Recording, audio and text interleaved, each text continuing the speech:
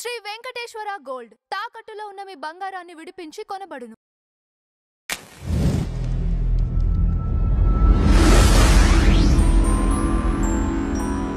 Sir నమస్కారం. శ్రీమాత్రే నమః. సార్ కైలాసనాథ ఆలయం దీన్ని మన దేశంలో ఒక వన్ ఆఫ్ ది మోస్ట్ ఆస్పీషియస్గా చూస్తారు. అలానే దీనికి కూడా చాలా పెద్ద రాయిని యూజ్ చేశారు. ఇంకా చాలా ఉన్నాయి దాని విశిష్టతలు అని చెప్తారు. ఏంటి సార్ అది? ఒకటేనండి. ఫస్ట్ ఆఫ్ ఆల్ ఇది 756 to 773 సంవత్సరంలో నిర్మాణం చాలా ప్రాచీన కాలం. ఎగ్జాక్ట్లీ.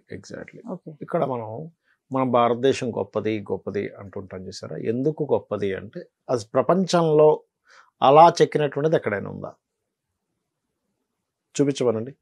మొత్తం వరల్డ్లో అలా పైనుంచి చెక్కుకుంటూ కిందకి వెళ్ళడం. ఎందుకంటే ఒక్క చిన్నది పైన ఆ చెక్కిందంతా వేస్ట్ అయిపోతుంది. అసలు మీ పైనుంచి అసలు ఎట్లా ప్లాన్ వేశాడు? అంతే కదా. పైనుంచి అసలు ఎట్లా వేశారు ప్లాను? చెక్కుకుంటే ఎట్లా వెళ్ళారు అసలు? మరి అంత అంటే 150 మంది దాదాపుగా శిల్పకారులు రోజు 12 సంవత్సరాల పాటు కష్టపడితే వచ్చినటువంటిది అది. అయితే మరి దానికి ఎన్ని టన్నులు, కొన్ని వేల టన్నులు యొక్క రాయిని తీసేశారు. ఆ రాయి ఎక్కడ పెట్టారు కూడా తెలియదు. మళ్ళీ తీసేసింది అక్కడెక్కడో కనబడాలి కదా, అక్కడ లేదు మళ్ళీ అది. ఇక్కడ విషయం ఏంటంటే మనకి మనం గత వీడియోలో చెప్పుకున్నట్టుగా ఇది మనుషుల వల్ల కాదేమో అనిపిస్తుంటుంది నాకు ఎప్పుడు కూడా. కొన్ని విషయాలు చూస్తుంటే అసలు అది మానవ మాత్రులకు అందనటువంటిదైనా ఒకటి అయి ఉండాలి, దేవతా సహకారంతోనైనా ఒకటి అయి ఉండాలి, లేకపోతే వాళ్ళకి అప్పట్లో ఒక కంప్లీట్ స్పెసిఫిక్గా ఒక క్యాలిక్యులేటివ్గా ఉండేటువంటి ఒక పద్ధతి అయినా ఉండాలి. ఇప్పుడు అంత రాయి చెక్కుతున్నారండి, మధ్యలో డొల్ల వచ్చింది రాయి, పరిస్థితి ఏంటి? ఇప్పుడు మీకు చూడండి, గ్రానైట్ ఇవి తీసుకుని ఉంటారు ఆక్షన్స్లో. నేను చాలామంది నాకు క్లయింట్స్లో ఏమంటే మీకు బాగానే ఉంటుందండి, బాగానే ఉంటుంది సార్, అది లక్కీ సార్ అన్నాడు. ఎలా అంటే తీసుకుంటాం సార్, ఒక్కోసారి లోపలంతా డొల్లు ఉంటుందండి, పనికిరాని రాయి ఉంటుంది. మరి మీకు లోపలికి వెళ్ళకుండానే అప్పట్లో, ఇప్పుడంటే ఇంకా మిషనరీస్ సైంటిఫిక్గా వచ్చాయి, మరి అప్పుడు ఈ రాయి చాలా మంచిది అని ఎట్లా తెలిసింది వాళ్ళకి? ఇక్కడ మనం చాలా ఆలోచించాల్సిన అంశాలు ఉన్నాయి. ఆ రాయి ఎక్కడా లోపల డొల్లలేదు, ఈ రాయి కంప్లీట్గా చెక్కడానికి పనికి వస్తుంది అని ఎలా నిర్ధారణ చేశారు? Point number 1. పోనీ చాలా ప్రదేశాలు అలా చేసి దొరికిందా అని వేరే దగ్గర ఎక్కడ మనకు అలాంటిది లేదు. ఒక 4-5 ప్రాక్టికల్గా వేశారండి, వాళ్ళకి మధ్యలో కొంచెం చేసి ఆపేశారు. దాని తర్వాత ఇది ఆఖరిగా 5వ 6వ లేకపోతే 10వ అనడానికి లేదు. ఎందుకంటే అంత పెద్ద స్టోన్ మొత్తం ఆలయ నిర్మాణాన్ని ఎక్కడాది మనం పైనుంచే చూసి దాదాపుగా 1300-1400 సంవత్సరాల క్రితం అసలు అంత టెక్నాలజీ ఎలా ఉంది? ఇక్కడే మన భారతదేశం గొప్పదని. ఇంకా కనీసం ఏమీ తెలియనటువంటి రోజులు 1400 సంవత్సరాలు అంటే ప్రపంచం మొత్తం కూడా ఇంకా అసలు అప్పటికేమీ తెలియదు వాళ్ళకి, పెద్దగా టెక్నాలజీ గురించి ఏం తెలియదు.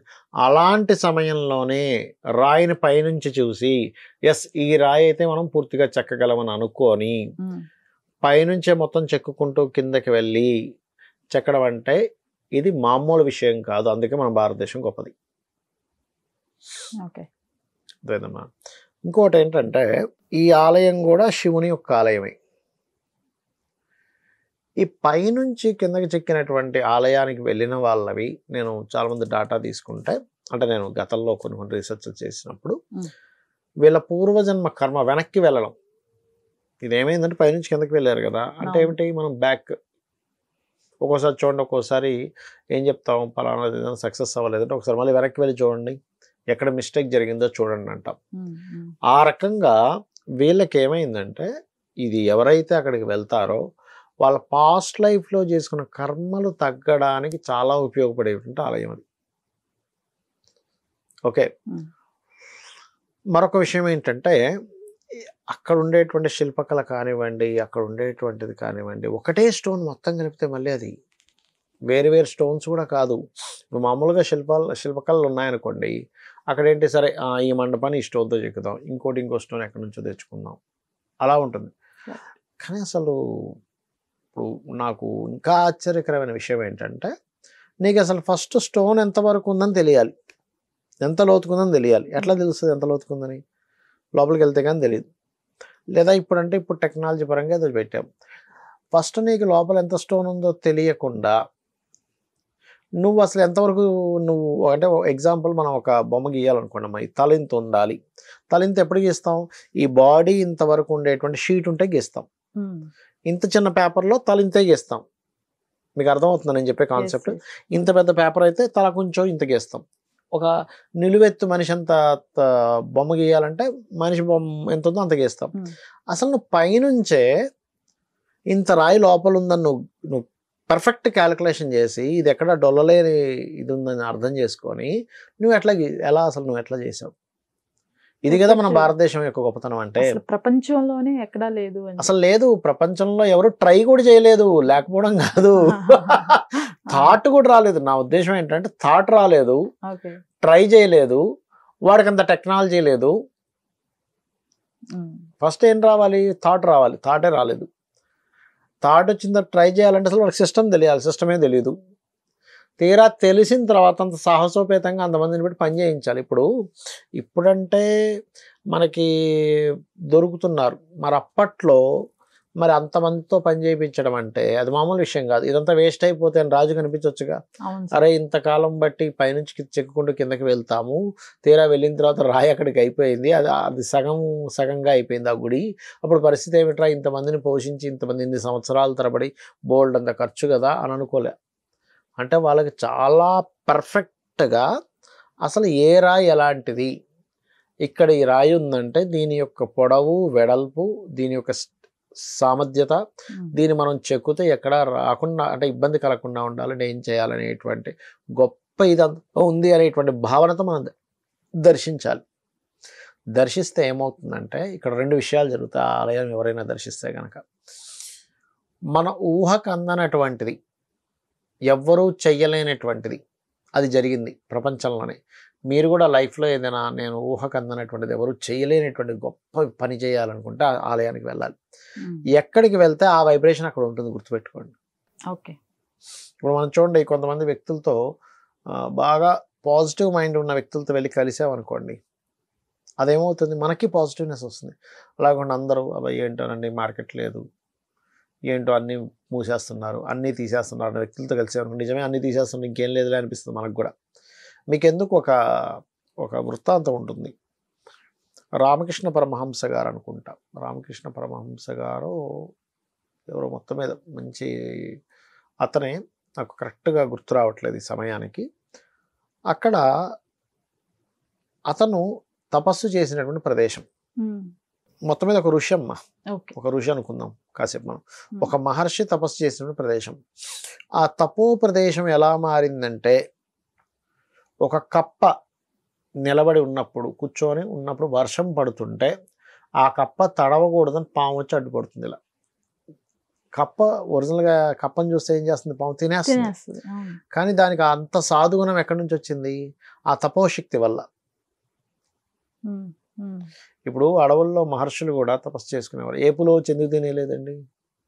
అంటే తపస్సు యొక్క శక్తి ఒక రక్షణ దీంట్లాగా వచ్చి ఆ జోన్లోకి ఎంటర్ అవ్వగానే ఏంటి అసలు నేను ఎందుకు తినాలి అనే ఒక భావనతో అక్కడే కూర్చొని చక్కగా మీరు చూస్తూ ఉంటారు. కొన్ని వాటిలో పులి పక్కన కూర్చుంటుంది, నేను మహర్షి ఇలా చేస్తూ ఉంటాడు. కొన్ని టిబెట్ రిలేటెడ్ వాటిల్లో కూడా చూడండి, వాళ్ళు పులిని పట్టుకొని తిరుగుతుంటారు సరదాగా, కుక్క పిల్లల్ని పట్టుకొని తిరిగినట్టుగా.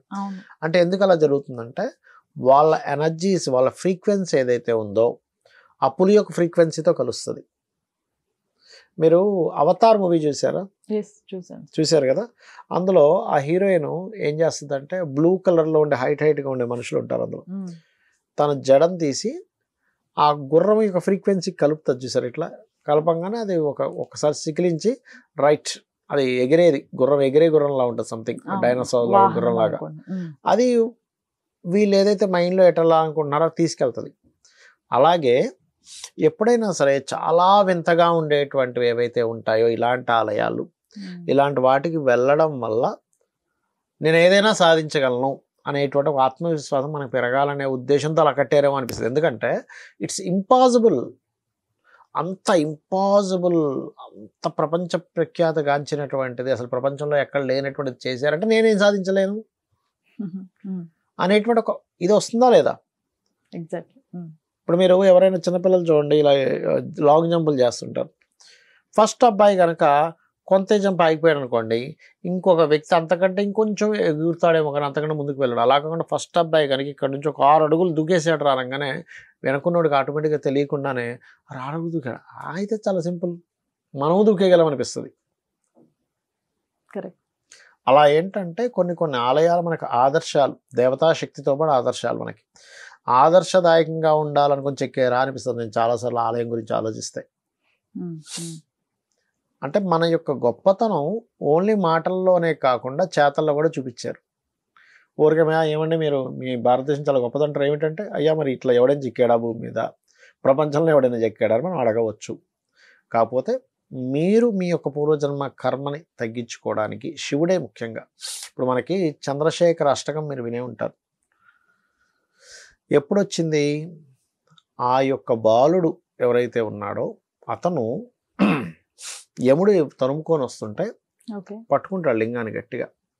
పట్టుకున్నప్పుడు చంద్రశేఖర అష్టకం చదివి పట్టుకున్నప్పుడు యముడు పాశాన్ని వేస్తే మార్కండేయుడు, అతను ఆ బాలుడు ఎవరంటే మార్కండేయుడికి పాశం వేస్తే ఒక్క తన్ను తంతాడు యముణ్ణి. అంటే ఏంటంటే నన్ను నమ్ముకొని ఉన్నప్పుడు నువ్వు ఎలా తీసుకెళ్తావు? పరిపూర్ణమైన నమ్మకం. మీరు అనిపించవచ్చు, మీరు అనుకోవచ్చు ఏమండి మరి అందరూ కూడా నమ్ముకుంటే బతికిపోతారు అలాగా అంటే, మీకు ఎంత పరిపూర్ణమైన నమ్మకం ఉంది? ఎక్కడో డౌట్ ఉంటుందండి. ఈ పూజలు పునస్కారాలు క్షేత్ర దర్శనాలు ఇప్పుడు మనం మాట్లాడుకుంటున్నాం. ఇప్పుడు మనం చెప్పుకున్నాం ఏమని, ఆలయానికి వెళ్తే మీరు ఏదైనా సరే సాధ్యం, మీరు ఏది సాధించాలన్నా సాధించగలరు. బికాజ్ ఆఫ్ అక్కడ ఉండే ఆరా అలా ఉంటుంది, అంతమంది పనిచేసిన ఆరా అలా ఉంటుంది. మీకు అది చూడంగా నిజమే కదా, ఇంత గొప్పది కదా మన భారతదేశం అనే ఒక స్ఫురణ కలుగుతుంది. ఇంత గొప్పగా చెక్కారంటే అసలు ఇది మామూలు సాహసోపేతం కాదని మనకు మీకు ఒక ఇన్స్పైర్ అవ్వగలుగుతారు. అందుకని కానీ మీకు ఎక్కడో డౌట్ ఉందనుకోండి, అది నిజంగా ఇలా కట్టారా, అసలు దీనికి ఇంకెలా అయి ఉంటుంది అని మీకు అనవసరం డౌట్స్ ఉన్నాయి అనుకోండి, మీరు ఇన్స్పైర్ అవ్వరు. Okay.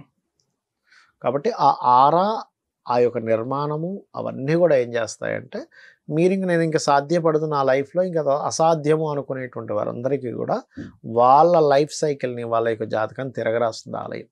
Right sir. Thank you sir. శ్రీమాత్రే నమః.